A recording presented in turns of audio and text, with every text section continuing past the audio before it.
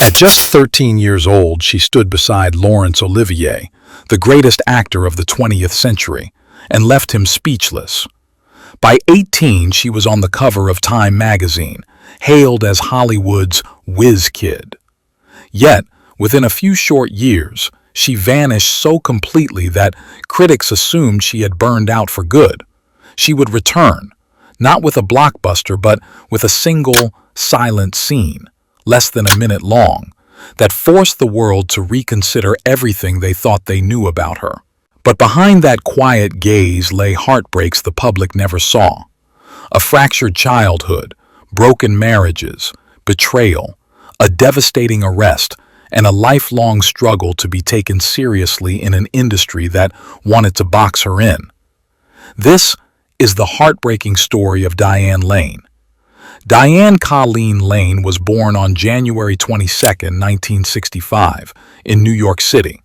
Her mother, Colleen Farrington, was a nightclub singer and a Playboy centerfold. Her father, Burton Eugene Lane, was a drama coach who often struggled to find steady work. From the very beginning, Diane's life was unsettled. Her parents divorced when she was just 13 days old. Custody battles followed, and by the age of 6, her mother had walked away completely, leaving her with her father. Burton tried his best, but stability was never part of the equation. He drove a cab to make ends meet, and Diane spent much of her childhood riding through the city's streets, her home a series of transient hotel rooms. She had no bedroom of her own, no consistent school, no steady routine. But while her surroundings were unstable, her father filled her days with theater, poetry, and philosophy. At night, as the taxi rattled through Manhattan, he spoke about Shakespeare and Chekhov as though they were family friends. Diane soaked it all in, a quiet child observing more than she spoke, yet the chaos came at a cost. At 15, restless and searching for independence, Diane ran away with a co-star for a week, a reckless decision that would haunt her. And when her estranged mother briefly kidnapped her, forcing her to live in rural Georgia, Diane learned an even harsher truth. In her world, adults were unreliable, and survival meant learning to rely on herself.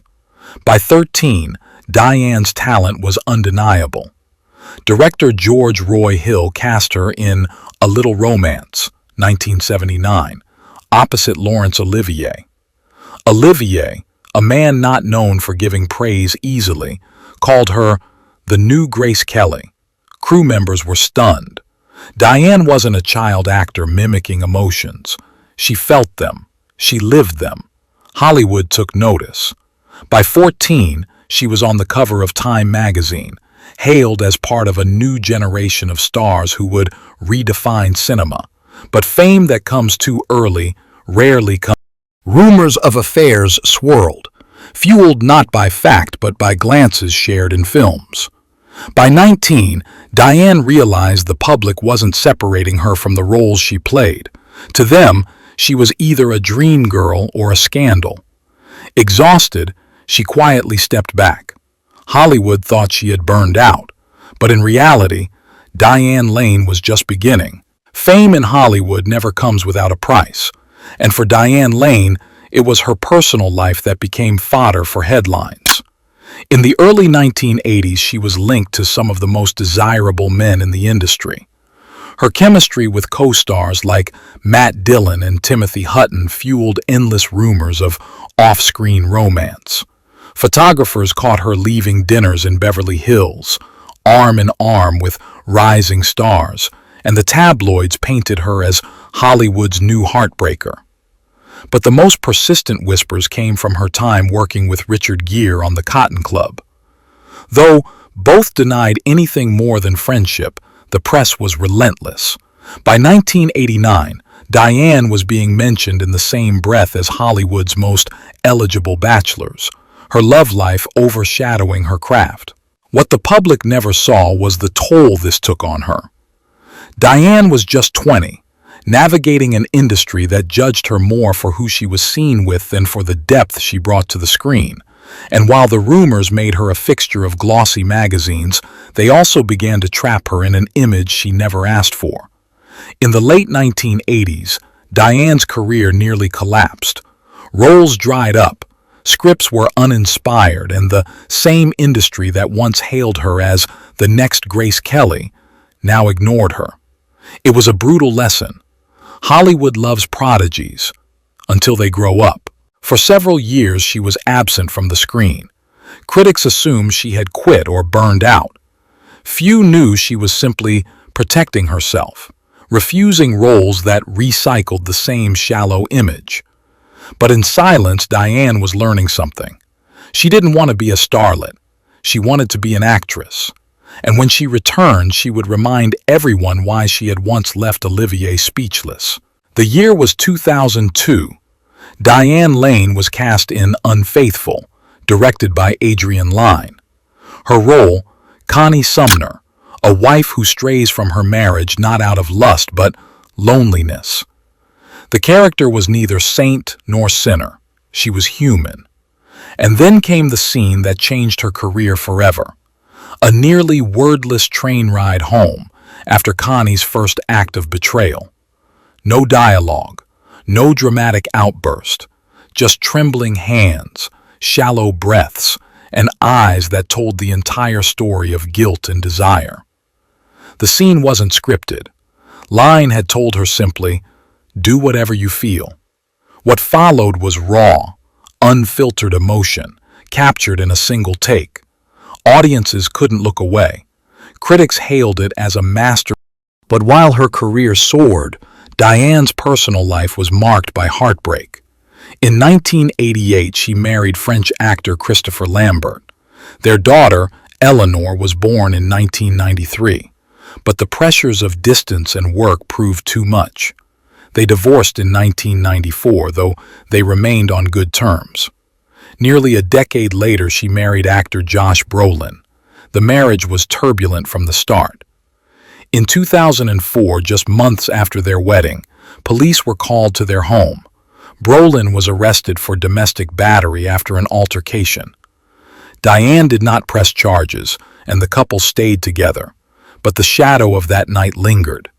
By 2013, the marriage was over. For the woman once hailed as Hollywood's Grace Kelly, love had brought more wounds than joy. And yet, through it all, Diane Lane never lost her essence.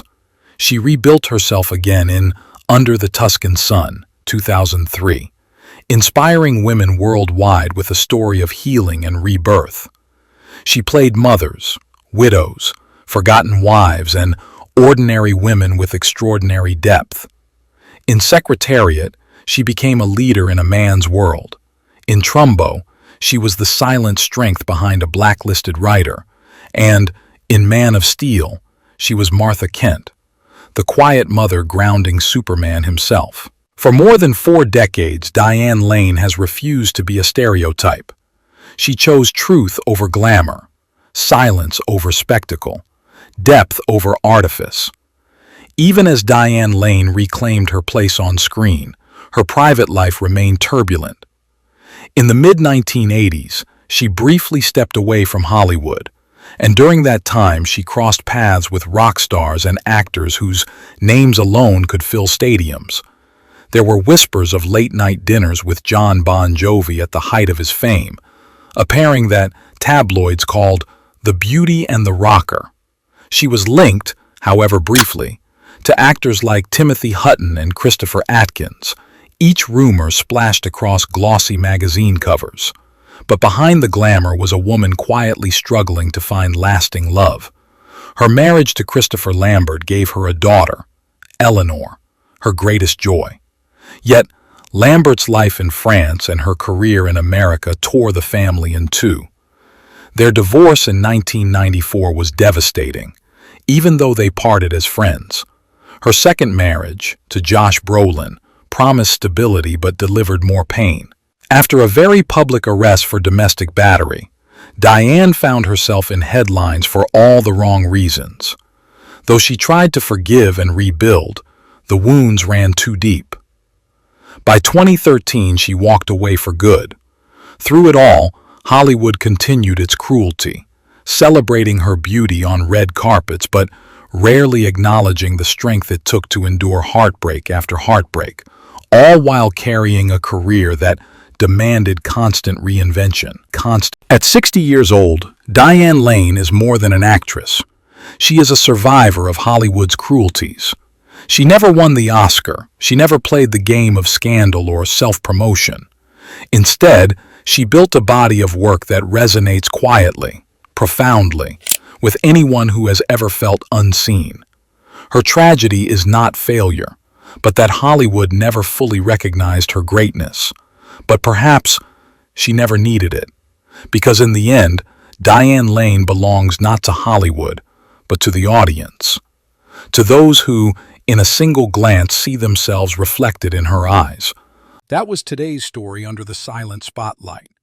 If you enjoyed uncovering Hollywood's forgotten past, leave a like and subscribe for more vintage tragedies, mysteries, and untold legends. Until next time, keep the reel turning.